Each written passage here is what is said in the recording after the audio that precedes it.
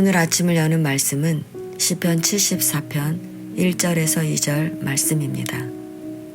하나님이여, 주께서 어찌하여 우리를 영원히 버리시나이까? 어찌하여 주께서 기르시는 양을 향하여 진노의 연기를 뿜으시나이까?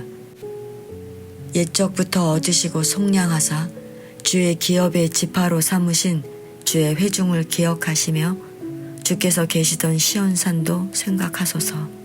아멘.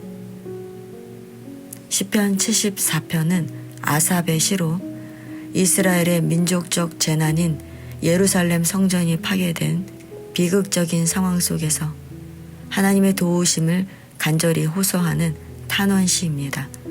말씀을 통해 우리가 대적들의 조롱을 받을 때 어떻게 기도해야 하는지 살펴보도록 하겠습니다.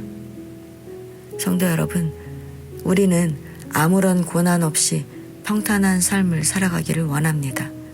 그러나 우리 인생은 그렇지 않습니다. 크고 작은 고난들이 계속해서 우리의 앞길을 막습니다. 그런 고난이 개인의 문제여도 힘든데 만일 내가 속한 공동체의 문제라면 어떻게 하시겠습니까? 공동체가 무너지고 멸망하는 극한 고난 앞에서 우리는 어떻게 해야 하겠습니까? 시편 74편은 바로 그런 고난 중에 지은 시입니다.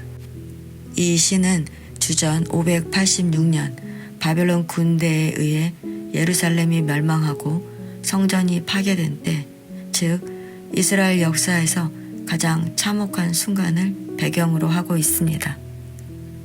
이 극심한 고난과 절망 속에 있는 이스라엘에게는 어떤 징표도 더 이상 보이지 않고 예언자도 더 이상 없기 때문에 그들 가운데서 아무도 이 일이 얼마나 오래 갈지 아는 사람이 없었습니다. 끝이 없는 고난이 얼마나 절망스러웠겠습니까? 그런데 시인은 이 고난과 절망 속에 주저앉지 않았습니다. 1절을 보니 하나님이여 라고 하나님의 이름을 부르며 하나님께 나아가고 있습니다. 그가 비록 하나님께서 영원히 우리를 버리신 것 같이 느껴지지만 그럼에도 불구하고 하나님께 나아가고 있는 것입니다. 왜 시인은 하나님께 나아가 호소하는 것일까요? 우리가 주께서 기르시는 양이기 때문입니다. 하나님께서 목자가 되시고 우리가 양이라는 비유는 중요한 의미를 담고 있습니다.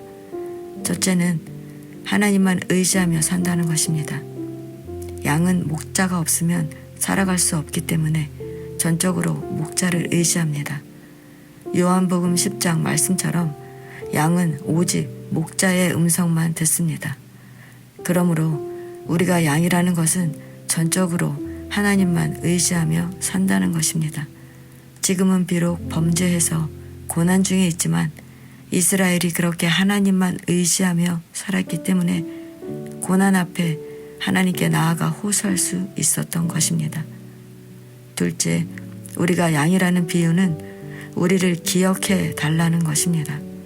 2절을 보면 시인은 하나님께 옛적부터 얻으시고 속량하사 주의 기업의 지파로 삼으신 주의 회중을 기억하시며 주께서 계시던 시온산도 생각하소서 라고 호소하는데 이 말이 무슨 말입니까?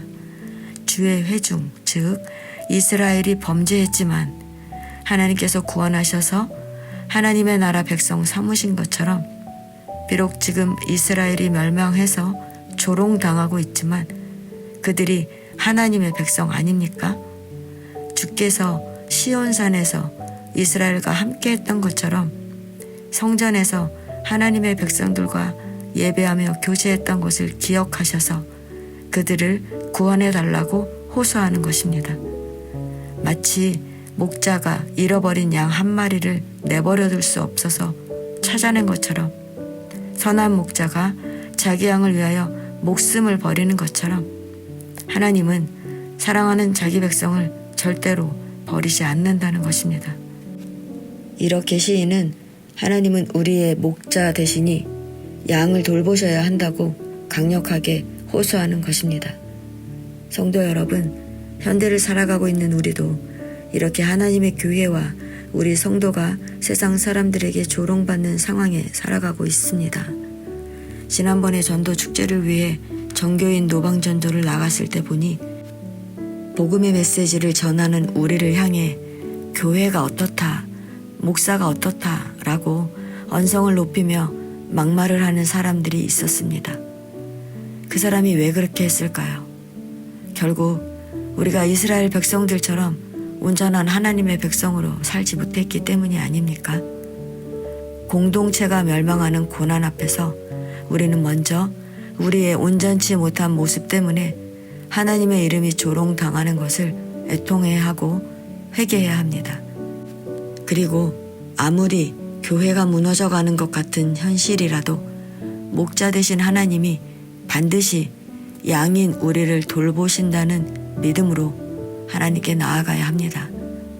하나님께 나아가 우리가 예수 그리스도의 피로 구원받은 하나님의 백성임을 기억하시게 해드려야 합니다. 우리가 할 일은 그것입니다. 그러면 하나님께서 교회를 다시 회복시키셔서 하나님의 이름이 회복되고 찬양받게 하실 것입니다. 왜냐하면 하나님은 전능하신 분이기 때문입니다. 전능하신 하나님께서 이스라엘을 출애굽시키실 때 능력으로 홍해를 가르셨고 천지를 창조하시고 지금도 운행하고 계십니다.